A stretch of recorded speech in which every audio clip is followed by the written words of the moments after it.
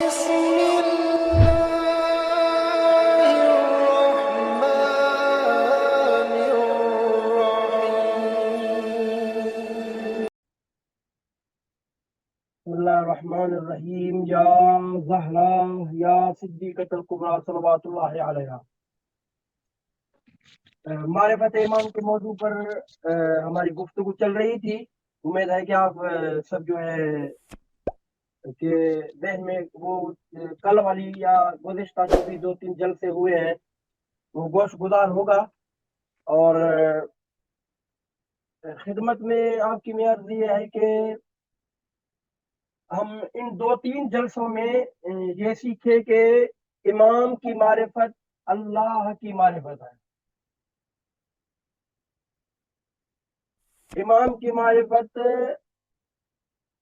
کے علاوہ آپ اللہ کی معرفت تک پہنچ ہی نہیں سکتے. یعنی آپ کو کہا جائے کہ اللہ کی معرفت کے لیے آپ کو کیا کرنا چاہیے، کس طرح خدا کی معرفت حاصل کریں گے، اس کا راہ راستہ طریقہ کیا ہے. آپ کو پتہ نہیں کتنے طریقے بتائے جائیں گے خدا کی معرفت کے. برہان ہے، دلیلیں ہیں، برہان نظم ہے، اور برہان کی معنی بھی یہی ہے کہ بھائی دیکھیں آپ کائنات میں انسان یہ سورج ابھرتا ہے اترتا ہے، اور تمام جو آپ کی خدمت میں کائنات میں تبدیلیاں ہیں، مخلوق ہے دوسری، اللہ کی جو ہے یہ نعمات، یہ ساری کی ساری دیکھ کے انسان کا عقل یہ کہتا ہے کہ بھائی کوئی تو چیز ہے جو اس کائنات کے سارے چرخ کو چلا رہی ہے، چرخا رہی ہے. یہ چل رہا ہے، ابھر رہا ہے، اتر رہا ہے، دن ہوتا ہے، رات ہوتی ہے. بس عقل کہتا ہے کوئی بڑی ہستی ہے اور یہ جو ہے وہ خدا ہے. دیکھیں میرے بھائی، برہان کا مطلب ہی یہی ہے کہ آپ ایک ایسی دلیل لا رہے ہیں جس سے آپ اپنے دعویٰ کو بیان کریں، واضح کریں، روشن کریں اور ثابت کریں. لیکن برہان میں ہمیشہ یہ نہیں ہوتا کہ آپ برہان یعنی دلیل برہان کو پیش کریں اور وہاں پر فی الفور اللہ کا تصور اور اس کی معرفت آ جائے. یہ کم ہوتا ہے. کیوں؟ اس لیے کہ اگر ہوتا تو آپ دیکھتے کہ کائنات میں بہت زیادہ نعمتیں ہیں، دوسرے ممالک میں، دوسری دنیا میں بھی. ہمارے پاکستان میں تو لائٹ بھی نہیں ہوتی ہے اب، تو ہم چھوٹی سی نعمتوں سے یہ محروم ہو رہے ہیں. تو جس جہان میں اتنی بڑی نعمتیں ہیں، بڑے جنگل ہیں، بڑے حیوانات کو وہ دیکھ رہے ہیں، میوہ جات کو دیکھ رہے ہیں، اور اس طرح کی بہت ساری چیزوں کو وہ اپنے محضر میں دیکھتے ہیں. آیا دیکھ کے وہ خدا کو مان لیتے ہیں؟ کم ایسا ہوتا ہے. ہم نے نہیں دیکھا اتنا کہ اس طرح ہو. یہاں پر حجت کی ضرورت ہے، یعنی برہان حجت، دلیل حجت، ایک ایسی دلیل کہ آپ کو آپ کے دعویٰ تک پہنچا دے. یعنی مدعی جس چیز کا دعویٰ کرے اس کی دلیل لاتے ہی گویا دعویٰ کو پہنچا دے. ہم کہیں خدا ہے اور کہیں بھائی دلیل دو خدا کے وجود کے لیے، کہیں برہان نظم. اب برہان نظم کو پھر آدمی بیٹھ جاتا ہے بیان کرنا، اس دلیل کی ترتیب دینا، مرتب کر کے اس پہ گفتگو کرنا. ان چیزوں کے پیچھے پڑ جاتے ہیں. تو بسا اوقات یہ ہوتا ہے کہ انسان ان اصطلاحوں میں ہی جو ہے بھٹک جاتا ہے اور اصطلاحوں کے در پہ چلا جاتا ہے. وہ اصلی مقصد ہے معرفت خدا وہ نکل جاتا ہے. تو ایسی دلیل ہونی چاہیے جو انسان اس کو دیکھے، دیکھتے ہی خدا تک پہنچ جائے، یعنی خدا کی معرفت آ جائے. وہ کون ہے؟ اس طرح کی دلیل کو کہتے ہیں حجت. اسی لیے اللہ نے حجت اللہ بھیجے ہیں. سمجھو فرما رہے ہیں آپ؟ اللہ نے کہا ان کو دیکھتے جاؤ، مجھ تک پہنچتے جاؤ، میری معرفت تک پہنچتے جاؤ، مجھ کو پہچانتے جاؤ.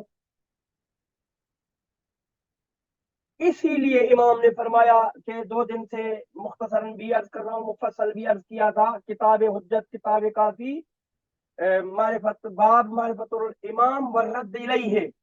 اس کی آپ تمام حدیثیں پڑھ کر دیکھیں، میرے خیال میں 12 تک حدیثیں یا زیادہ ہوں، اب عدد مجھے ذہن میں نہیں ہے مکمل طور پر، لیکن جب آپ ان کی حدیثوں کو دیکھیں گے تو واضح طور پر حدیثیں کہہ رہی ہیں کہ امام کی معرفت اللہ کی معرفت ہے.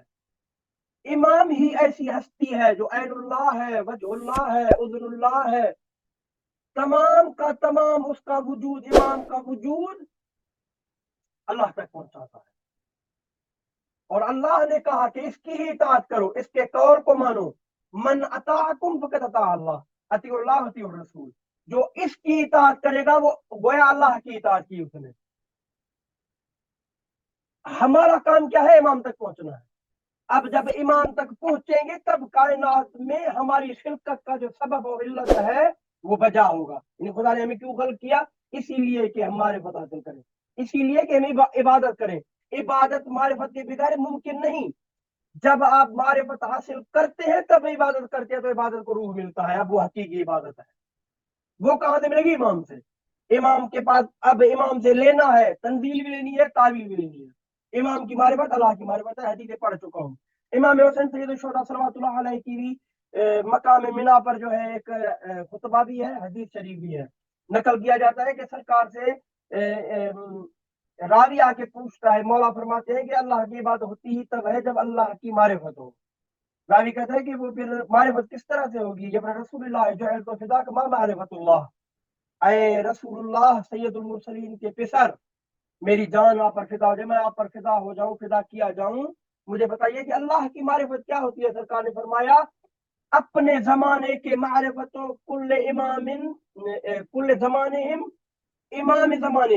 کس طرح الفاظ اگر ذہن سے نکل رہے ہیں کہ اپنے ہر زمانے والے کو اپنے زمانے کے امام کی معرفت حاصل کرنا، یہی معرفت خدا ہے.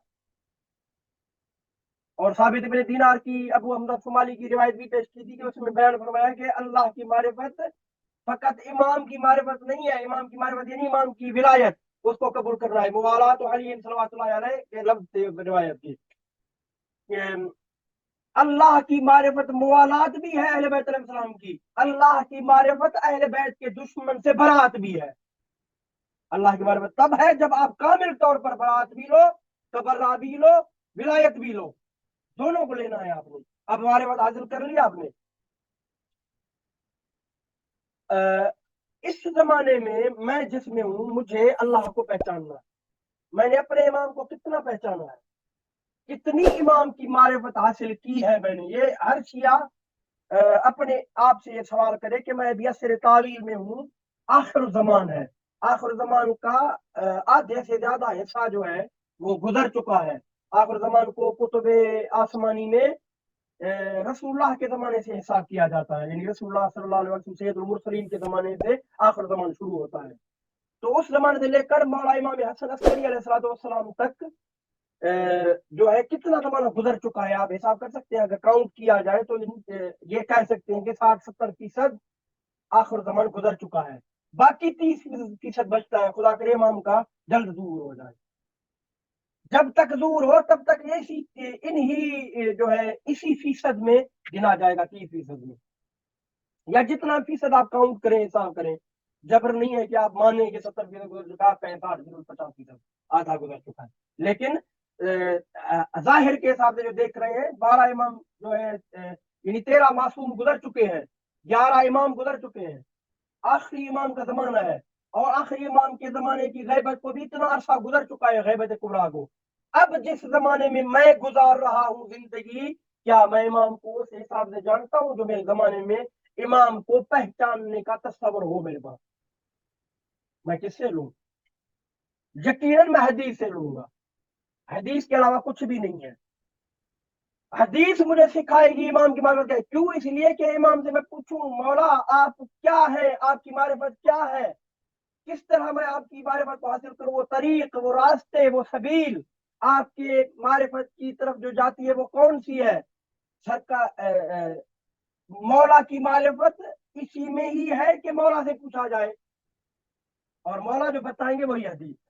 یعنی آپ پر اس زمانے میں یہ جو احادیث میں کہا گیا ہے، کتاب اصول کافی شریف میں، کتاب فضل العلم میں جو روایت آئی ہے کہ ہر مومن پر فریضہ ہے، مسلمان مرد مومن پر، عورت مومنہ پر، واجب ہے کہ وہ علم سیکھے, علم حاصل کرے. وہ علم کیا ہے؟ وہ علم اس علم کے علاوہ کچھ بھی نہیں ہے. باقی فنون ہے, سیکھیں, پڑھیں. تجربات کی دنیا ہے, ناسوت میں آپ تمام علوم کو سیکھیں, لیکن یہ علم سیکھنا واجب ہے. یعنی معرفت امام. معرفت امام کہاں سے لوں گا؟ یعنی حدیث. حدیث کے علاوہ میں کہاں جاؤں گا؟ کتب اربالی کی کہیں بہت ساری کتب ہے, ہماری بڑی کتب جو ہے اصول کافی شریف ہے, اور اس کے علاوہ کتاب غیبت نامانی ہے جو ہم کل شروع کر چکے ہیں. اسرار کے موضوع پر پہلا باب ہے, کتمان سر کرنا ہے. بھائی آپ کو مولا کو پہچاننا ہے, مولا کی معرفت, مولا اللہ کی معرفت ہے. اور اس زمانے میں میں غیبت کبرا کے زمانے میں ہوں, مجھے امام زمانہ اپنے زمانے کے امام کی معرفت حاصل کرنی ہے. اثر تعبیر ہے, اس کے لیے حدیث کے دنبال میں جانا پڑے گا. اس کے لیے بہترین کتاب ہے غیبت نامان. اس کی حدیث شروع کی تھی, لیکن آج جو ہے مولا باب الحوائج حضرت رضی الصغیر حضرت علی اصغر صلوات اللہ علیہ کی آمد کی رات ہے, اور 9 رجب کی شب ہے. 9 رجب کی شب ہے, اور عدد 9 جو ہے بیوی پاک سیدۃ الکائنات صلوات اللہ علیہ کا عدد ہے, اور اسی عدد کے حساب سے مولا علی اصغر کی آمد ہے جو ان کے پاک بیٹے ہیں. باب الحوائج ہے, تو سوچ رہا ہوں کہ کچھ جو ہے ان پر بھی بات کی جائے.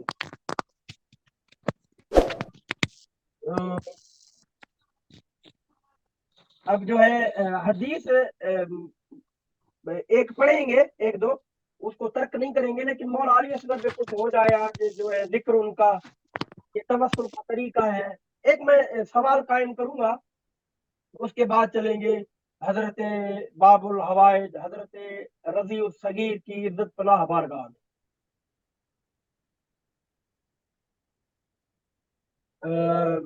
سوال یہ ہے کہ میں کیوں حضرت علی اصغر سے لوں اور ان کا احترام کروں, ان کے ساتھ توسل کروں؟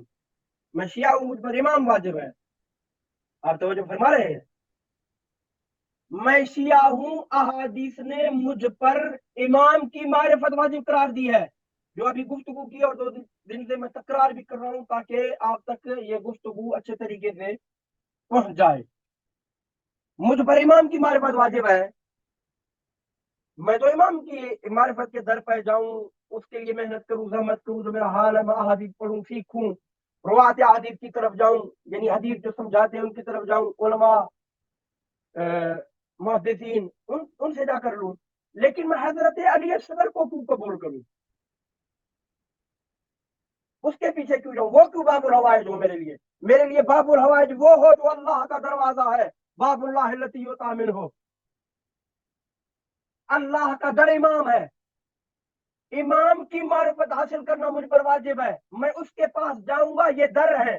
آپ کسی کے بھی گھر جائیں, دروازہ کھٹکھٹائیں, آپ گئے مثلاً کتمیر کے گھر, دروازہ کھٹکھٹایا تو کتمیر باہر آئے گا, سمجھ تو فرمائیے گا. میں باب اللہ کے پاس جا رہا ہوں, اللہ کے در کے پاس, کس سے ملنے؟ اللہ کی معرفت حاصل کرنے. جب در کھٹکھٹاتا ہوں تو حسین علیہ السلام نکلتے ہیں. کیوں؟ اس لیے کہ ناسوت میں خدا نہیں آئے گا, آپ کو انہی سے لینا ہے. بس جو مولا حسین کہے دے وہ خدا نے کہا, جو وہ بتا دے وہ خدا کا بتایا ہوا, جو وہ امر کر دے وہ خدا کا امر ہے, جس سے وہ نہیں کر دے وہ اللہ کی نہیں ہے. میں امام سے لوں, کیوں حضرت علی اصغر کو باب الحوائج مانوں, کیوں اس کے در پر جاؤں اپنی حاجتیں لے کر؟ کیونکہ ہم نے پچھلے جلسے میں پچھلے جلسے میں عرض کیا تھا, زیارت جمادیہ کا ایک فقرہ میں نے پڑھا تھا, اس میں فرماتا ہے کہ السلام علی من اسماءهم وسیلۃ السائلین. یہ جملہ دقت کیجئے گا, میں مولا علی اصغر کا یہ سوال قائم کر کے آپ کی جو ہے زحمت کو تمام کروں. سلام ہو ان ہستیوں پر جن کے اسماء مبارکہ کائنات کے تمام سائلین کا وسیلہ ہے.